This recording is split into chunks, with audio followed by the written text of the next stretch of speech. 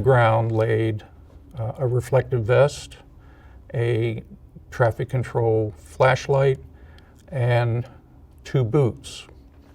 And I knew right then and there what had happened. Immediately I had a surgery to repair my broken leg, open compound fracture. The next morning, doctor came in and realized that I had torn all the ligaments in my other knee. I had surgery that Friday, and then a day or two later, I was transferred to a rehab to begin physical therapy post-op. I was there for another 3 weeks, and then I was out of work for a year and a half and had 3 additional surgeries to repair additional damage, things that weren't healing properly, and just years worth of physical therapy and rehab. Mentally, I can't tell you I've recovered. I was in a coma for 4 days. I was in the hospital for 10, and I was out of work for 16 or 18 weeks. So I woke up on the day of Dave's funeral. I had no idea anybody was killed. I had no idea anybody else was hurt. I found out probably that afternoon that Dave had been killed, which was bad. That was tough for me. My shoulders are shot. I can't hardly lift things very much. I have a bad back. There's a lot of stuff that probably wouldn't be bothering me if I hadn't been struck by a tractor trailer. So I was in the hospital for a total of about a month and a half, almost 2 months. And during that period of time, I had to learn how to walk. I had to learn how to put my clothes on, learn how to use the bathroom, awkward moments of sleeping, dealing with PTSD as well, because I was having flashbacks from the crash because I was awake throughout the whole ordeal. And just thinking about what my life was going to be like, going forward. Because I remember when I was in the critical care unit and unable to talk, and the first thing I did was I looked under the sheets, and all I saw was both my legs were gone. To be honest with you, I was ready to go back to work, but I knew I couldn't. I couldn't go back in the same capacity that I was. But I did everything I could while I was in the hospital and in the rehab center to push myself and make myself stronger than I was before. Well, the most serious injury was to my L1 vertebrae, which was completely crushed and contributed to what's known as an incomplete spinal injury. I have paralysis below the waist. I walk with the aid of crutches and braces. My left femur was badly broken. My left lung had collapsed. My left hand was broken in multiple places, and the impact with the ground was so severe that not only did it create the cuts and abrasions and dark markings on my face, but the blow damaged the optic nerve, resulting in permanent vision loss in my left eye. So I was flown from the scene to Geisinger Medical Center, where I underwent a surgery that lasted approximately 7 hours, which did the initial repairs to my spine and my leg. A couple of days later, I had a second surgery, which lasted about 8 hours, which completed the repairs to my spine and fixed my badly broken hand. When I was discharged from Geisinger, I was transported to Penn State Hershey Rehabilitation Hospital, where I would spend the next 42 days undergoing intensive physical therapy, occupational therapy, and ultimately trying to recover from the injuries. And we opened the door from the family room, and the hospital walls were lined with fire department personnel.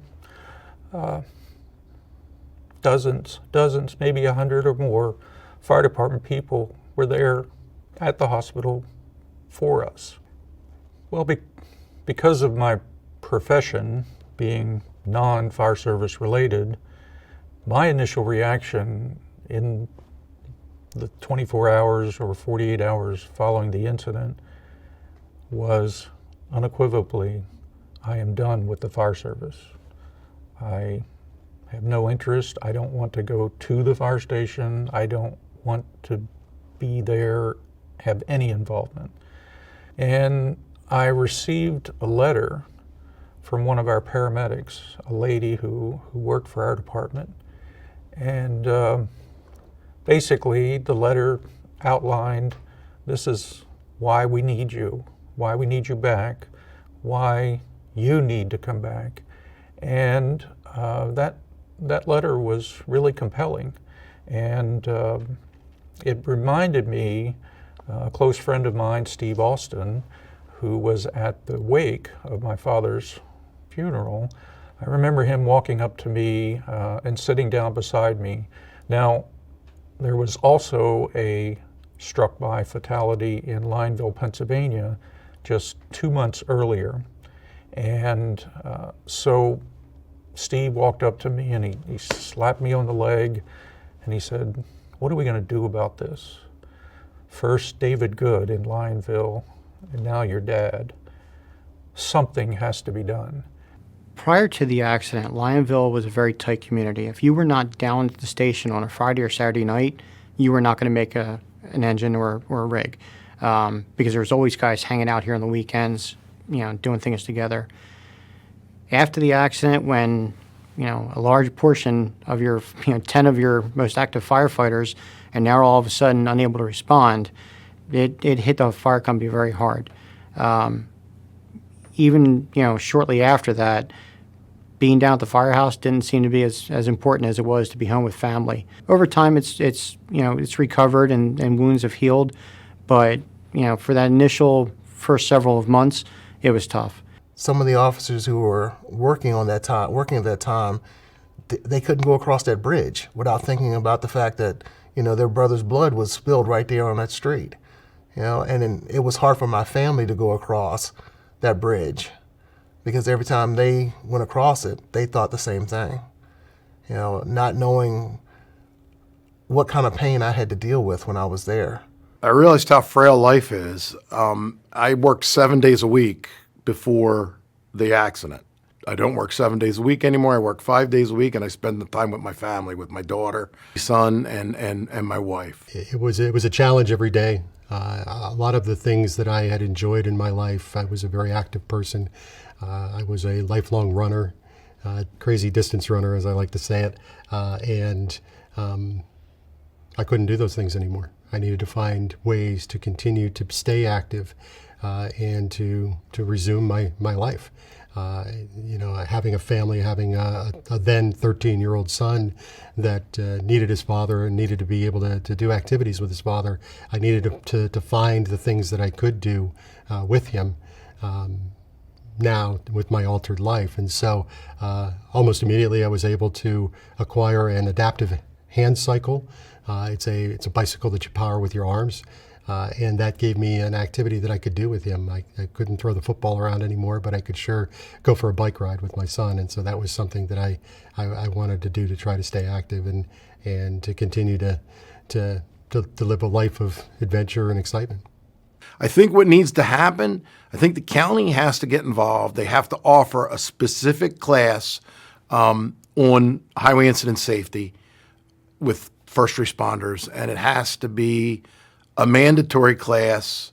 The fire companies each are going to have to make it mandatory that people participate in the class to be able to ride the truck to accident scenes or something like that. I just think that's the only way we're going to do it. You're going to have to mandate something. It's amazing that after 20 years and all the education and all the research that we've done, there are still fire departments that don't get it. I'm very proud when I pass an incident scene and I see a fire company that you understand. You can clearly see that they get it. The way they position, the way they block, the distances they give themselves. It's very gratifying to see. However, there's still so much more work that needs to be done. The fire companies can get it, and we practice it. However, getting the motoring public to understand and getting them to see life through our eyes and why we're on the side of the road or in the middle of the road. It's not because we want to be there, it's because we have to be there and we want to get out of there quickly and safely and return to our own lives, whatever it may be doing. So there's been a lot of changes, a lot of good, but there's still so much more work to be done. Slowly over time, I also started to realize the importance of traffic incident management training and traffic safety training. Everything that I had centered my trainings around had to do with tactics, had to do with self-defense of that officer and the risks associated and the hazards associated with violent assailants getting into confrontations with law enforcement. So everything was about that. What was interesting is that after I'd had my incident, I'd realized that I'd placed a level of importance for those types of classes at a much higher scale than I did for traffic-related classes. And so, I realized that I needed to focus more on the traffic safety aspect of survival, because the hazards for against officers for traffic-related incidents is very, very real. Being able to reach out to young people on a daily basis and explain to them that this is real. And when I bring out my prosthetic legs and show them, I talk to each and every student. If I have to do it one by one, that's great. But if I do it in a group setting, it's amazing, because I can honestly say that all the schools that I've attended, I've never had to return back. Fire service, law enforcement, and towing agencies, from the leaders from all of these industries, were invited to come and participate in a discussion on this topic. And out of that discussion came a white paper that really kicked off the whole Responder Safety Institute, and was our position statement on this, and listed out training requirements, operational policies, national standards, and legislation that might be needed to help attract the problem.